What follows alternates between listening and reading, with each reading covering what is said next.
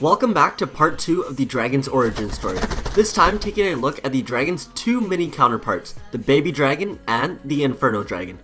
The Inferno dragon, who carries a large barrel full of lava on his back, acts as a traveling single targeting Inferno and is exclusive to Clash Royale only.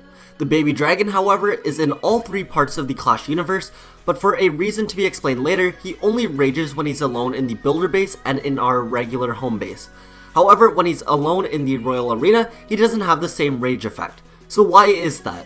Well, find out in the baby dragon and the Inferno dragon's origin story.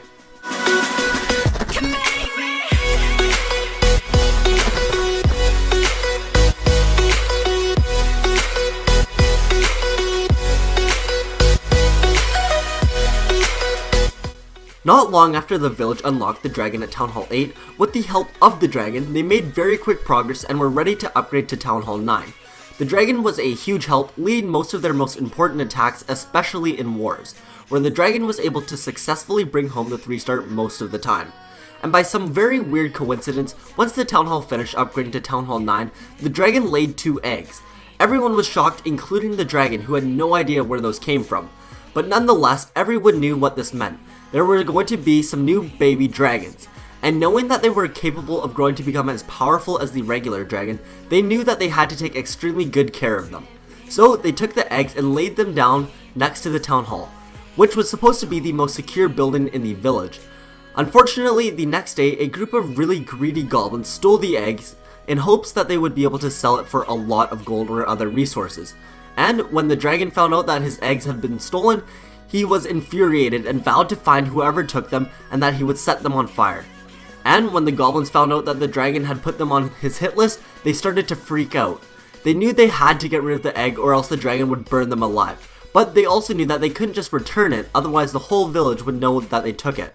So they ended up deciding to get rid of it instead. The goblins knew that if they hid it on the island, that the dragon would eventually find it and most likely trace it back to them. So they had to hide it somewhere much further away. So while the goblins were searching for a place to hide the eggs, they came across the master builder who was visiting the home village. He had just finished gearing up one of the archer towers and was about to head back.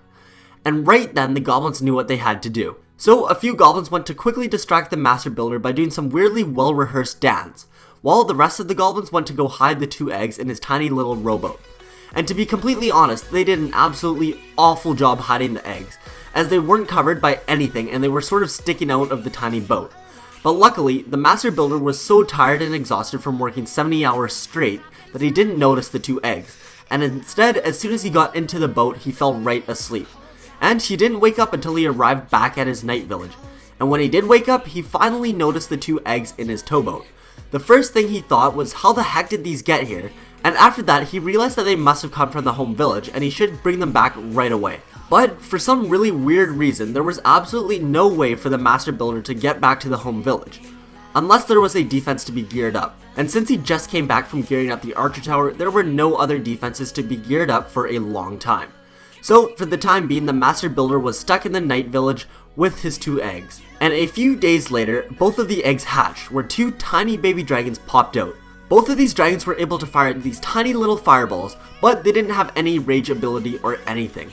At least, not yet. Find out why the baby dragon rages in Clash of Clans regular base and in the builder base, but not in Clash Royale. And also find out how the baby dragon became the Inferno dragon in the next story. And as soon as this video reaches 2,500 likes, I will upload part 3 of this story with the baby dragon and then the Inferno dragon, the ending to that story.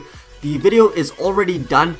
As soon as this video reaches 2,500 likes, I will upload that video immediately. So make sure you guys drop a like and leave a comment down below what story you guys would like to see next. Anyways, thank you guys so much for watching. I've also got a brand new story coming out this Saturday. It's a full-on animation similar to Clash-orama on the Night Witch and then the Witch. So make sure you are subscribed and turn on notifications by clicking that bell so you do not miss it. I'm always in the comment section about 15 to 30 minutes after each video is posted. So if you are part of the notification squad, there is a very high chance that I will be responding to each and every one of your guys' comments. So anyways, that's going to wrap it up for this video. I do hope you guys did enjoy. If you did, like I said, drop a like and I will see you guys very soon. Peace.